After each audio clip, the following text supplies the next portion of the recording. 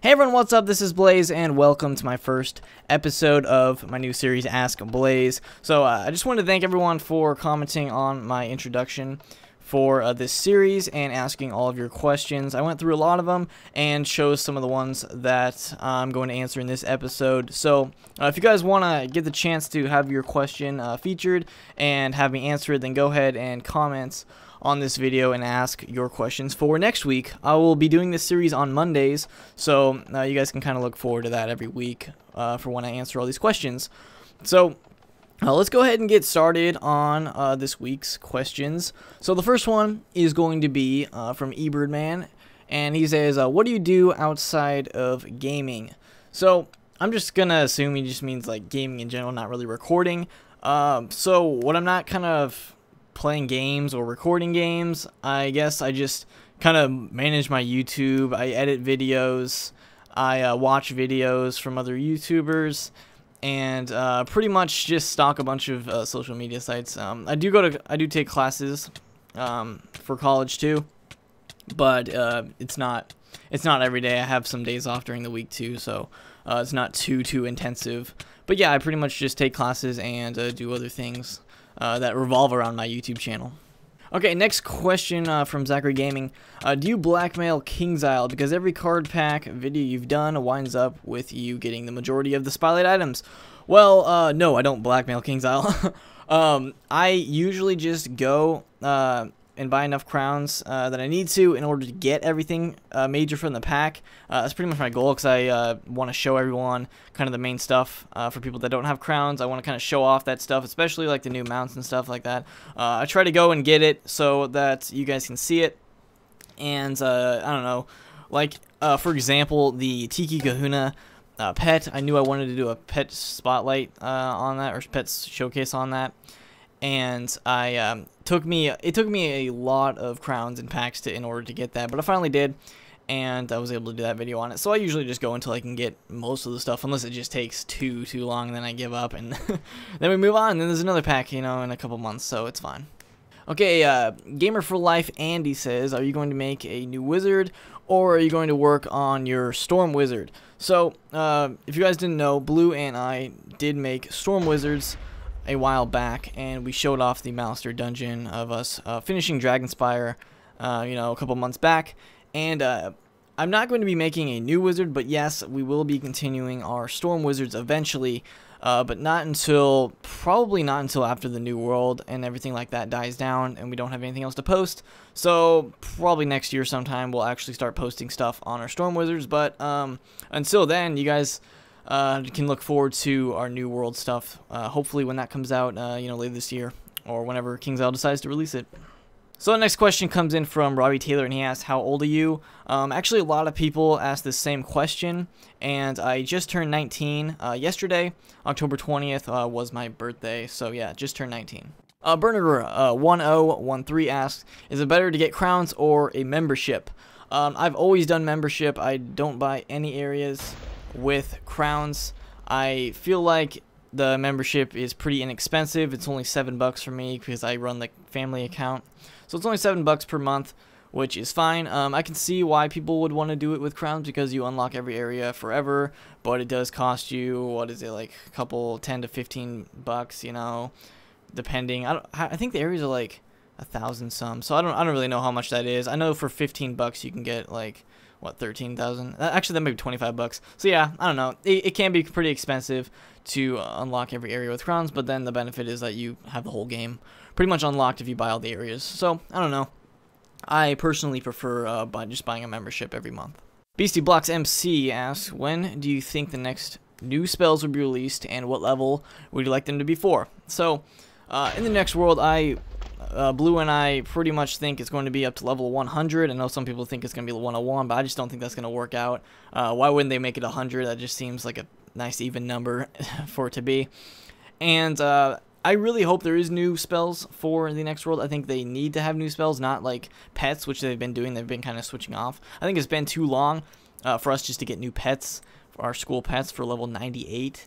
I think there should be level 98 spells, and I'm actually pretty much hoping that there is some of those spells. As to what they are, I have no idea. People can, speculate on that and just assume, but I don't know. Hopefully that they're level 98 new spells for the new world.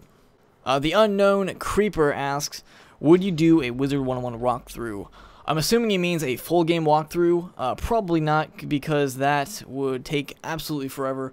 I kind of want to know if anyone's actually, other YouTuber has actually finished a whole Wizard101 walkthrough, because it seems like it would take a really long time, definitely over 100 episodes to do it. And what Blue and I usually do in our walkthroughs is we don't show everything. We don't show the mob fights usually, and we just show major boss fights and stuff like that in dungeons. That's usually what we try to show, because otherwise, mob farming for their item drops when you have to do a collect quest is pretty boring to watch. I'm bored playing it, so I can't even imagine how boring it is for people to watch. So we usually just stick to, when we do our walkthroughs, just the bosses and the dungeons.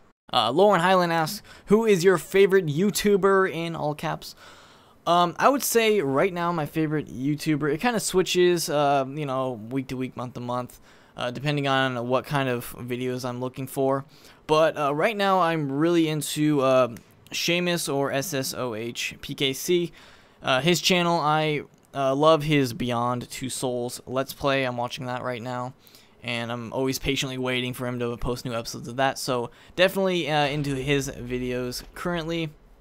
I'm trying to think of any other YouTubers that I watch a good amount of their videos. I was watching Munching Orange do his Pokemon XY walkthrough, but I haven't really watched too many of those episodes. And I'm trying to think of any other YouTubers that I usually watch. It usually just depends on what kind of video game footage I'm looking for. Like, I was really looking forward to Beyond Two Souls, and I'm watching Seamus for that Let's Play. So it kind of depends, but yeah, right now I'll definitely go with Seamus. Tristan asks, what kind of camera do you use to record your videos? It's not really a camera, it's called a screen recorder. I use Fraps, and it's really good for recording stuff. You can do up to 1080, so I don't usually record in 1080, but it has the possibility to do that. I usually just go 720. So yeah, I use Fraps, and you can go ahead and just look it up and, buy it on their site. Trigon3679 asks, why did you start YouTube, and how long do you think you'll be doing it for? P.S. You're amazing. Thank you. So, I would say, when did I start YouTube? I started YouTube probably 3 years ago. I started out with a COD channel, which was for, what was it, Black Ops 1. I made a channel way back, and I did the first major video that kind of got popular was I did a Shangri-La, which was a zombie map. I did kind of a solo guide type deal, and it got like 60,000 views, so I thought that was amazing.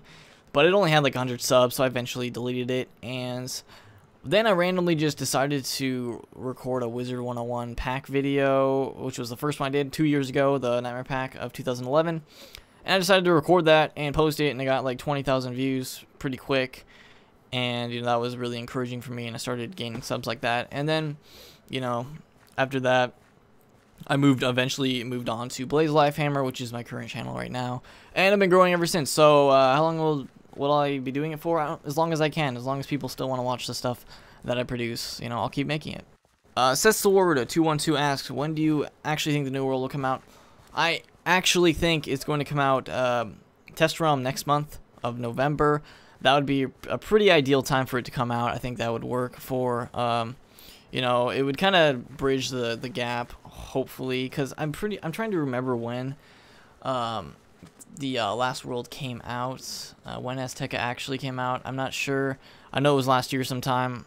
I don't know if it's already been a year since it came out or not, but yeah, definitely hoping that the test realm comes out in November, and then either the live realm goes, or it comes to the live realm either end of November or December sometime. That'd be a pretty ideal time for me for it to come out.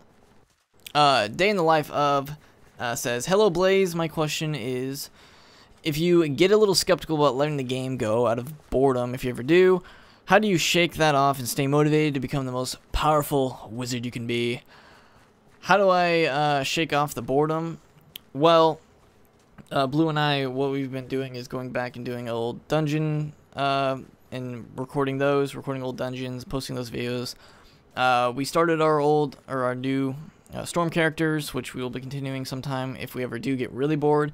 Right now, we have also been doing other series like Terraria, Hexit, and some of that kind of thing. So we'll definitely continue doing that kind of stuff if Wizard101 does get boring, or if there's just no content for us to cover. Okay, so Nora asks, if you could change anything about Wizard101, what would it be? Probably my number one thing would be the reporting system of Wizard101. I would definitely change that, or at least take it completely away, because the amount of false reports that I've dealt with in my time on Wizard101, just because I've been growing in popularity, people think it's funny to do that kind of thing. I would definitely take that away, or make it a more like refined reporting system, because you know, currently you can just report whoever the heck you want, and it can get pretty annoying. And I've even seen people get banned, or not banned, but muted, just for false reports. So I think that's the reporting system of Wizard101 is definitely something that needs to be fixed. The other thing I would change would be the gold cap, because 350,000, if you're a higher level wizard and you have like stuff to buy, it's really not a high enough cap. I think they should either just completely take it away, or, you know, bump it up, you know, a couple 100,000, which would be nice. JT King asks, what is Blue's YouTube page? Blue's YouTube page is Zenmaster Blue. You could type it into Google and get it, or you can go onto my channel, and I have his link to his YouTube page in the right side of the column under my featured channels list. iPonzu asks, how did you become Blaze Lifehammer, and where did you get the name? And how did you become yourself today? How did I become myself today? By being myself? I don't know. How did you become Blaze Lifehammer? Well, I guess on YouTube, I just took my name of my wizard, my main wizard that I use, who is Life, and I just used that as my YouTube channel name. How did I actually get that name? I just kind of thought Blaze was cool, and Lifehammer because I knew it was going to be Life, so Hammer is just kind of like an added thing that I guess you kind of have to put that on, so I just decided to go with that. I don't even know if you do. Actually, I think I could have just called myself Blaze Life, but I don't know. It's kind of weird. But you know, whatever. Lifehammer's growing on me, so I like it. Blake asks, do you think Aqua and the Mysterious Cave is all King's Isle made in the long period of time since Azteca, which actually is a really long period of time? Or do you think that they've been working on other super secret stuff? Well, yes, I think they have been working on a lot of stuff that they're going to be releasing sometime soon. They have mentioned that they're going to be releasing another hint to the new stuff this month. So we have a little bit of time left until the end of the month, so hopefully they release that soon. I'll cover it in a video, and we'll see. We'll kind of speculate as to what they have planned. But yeah, they definitely have Aqua and the Mysterious Cave quest, even though it seems like it took them a long time to make it. Can't be the only thing that they've been working on. There's got to be a bigger picture, and we know there is, because they have been hinting at it a lot, that there is a new world that will change everything in Wizard that we know and all that stuff. So definitely stay tuned to my channel for all those awesome stuff for the new world and the test realm when it comes out. I'm excited, and it's going to be really fun when they finally release it into the test realm. Alright, that's going to wrap it up for all the questions. I really love going through all these and seeing your guys' questions and picking a couple of them for these Q&As. So, thank you guys for asking your questions. Go ahead and leave your questions now in the comment section for next week's. I'll do it on Monday, just like this time, and I'll be answering your guys' questions again. So, thank you guys for watching. I hope you guys enjoyed it. If you did, go ahead and leave it a like. If you guys have enjoyed this series so far. It's really fun for me to do this kind of thing. It's more interaction with my fans and stuff like that. So definitely thank you guys for all your questions, and I'll see you guys in the next episode.